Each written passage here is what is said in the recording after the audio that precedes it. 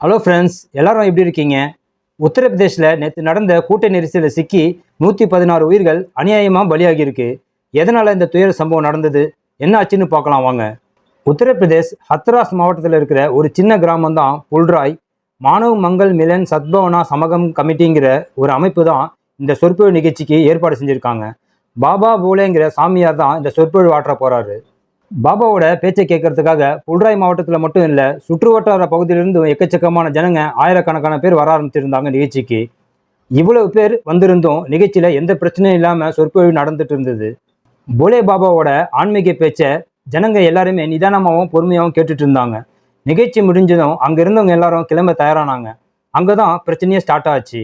வெளியே போகிறதுக்கான வழியை பார்த்தீங்கன்னா ரொம்ப குறுகலாக இருக்குது. அதை தாண்டி வெளியே நிகழ்ச்சிக்கு வந்தவங்க அவங்களோட டூ வீலரை அங்கங்கே நிறுத்தி வச்சிருக்காங்க. திடீர்னு ஒரே சமயத்தில் நூற்றுக்கணக்கான பேர் அந்த குறுகலான பாதை வழியாக போகவே முடியாது.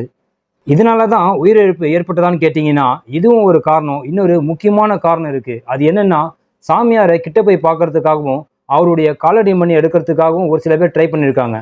அதை பார்த்த மற்ற பேரும் சாமியார் கிட்ட போகிறதுக்காக முண்டி அடிச்சிருக்காங்க. ஒருத்தர் இடித்து தள்ளி கீழே விழுந்தவங்க மேலேயே ஏறி ஓடி இருக்காங்க.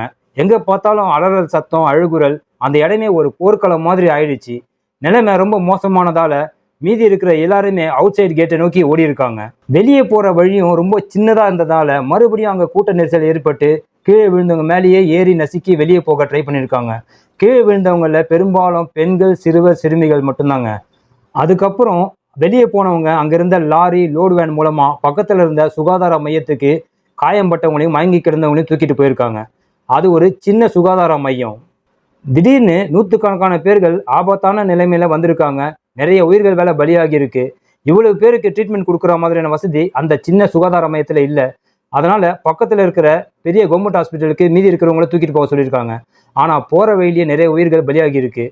இன்னும் பல பேர் சீரியஸான நிலைமையில தீவிர சிகிச்சை பிரிவில் இருக்காங்க. இந்தியாவில் கூட்ட நெரிசலில் சிக்கி உயிர்கள் பலியாகிற சம்பவம் இது முதல் முறை கிடையாது. இதுக்கு முன்னாடி பல தடவை நடந்திருக்கு. குறிப்பாக 2005 மராட்டியத்தில் 340 பேருக்கு மேலே இறந்துருக்காங்க. திரும்பவும் இந்த மாதிரி ஒரு துயர சம்பவம் நடக்காமல் இருக்கணும்னா அரசாங்கம் தேவையான அளவுக்கு பாதுகாப்பு நடவடிக்கைகளை எடுக்கணும். ஜனங்களும் பொது இடத்துல, கூட்டம் நிறைய இருக்கிற இடத்துல நிதானத்தையும் பொறுமையையும் கடைபிடிக்கணும். அப்போ தான் உயிர்கள் பலியாகிறத தடுக்க முடியும். ஓகே ஃப்ரெண்ட்ஸ், இந்த துயர சம்பவத்தில் இறந்தவங்களுக்காக நாம் எல்லாருமே அவங்களுடைய ஆத்மா சாந்தி அடைய வேண்டிப்போம். இந்த வீடியோ பற்றின உங்கள் கருத்துக்களை மறக்காமல் கமெண்ட்டில் சொல்லுங்கள். அண்ட் வீடியோவுக்கு ஒரு லைக்கும் சேனலும் சப்ஸ்கிரைபும் பண்ணி சப்போர்ட் பண்ணுங்கள் ஃப்ரெண்ட்ஸ். நெக்ஸ்ட் வீடியோ சந்திக்கலாம். ஓகே, தேங்க்யூ, பாய்.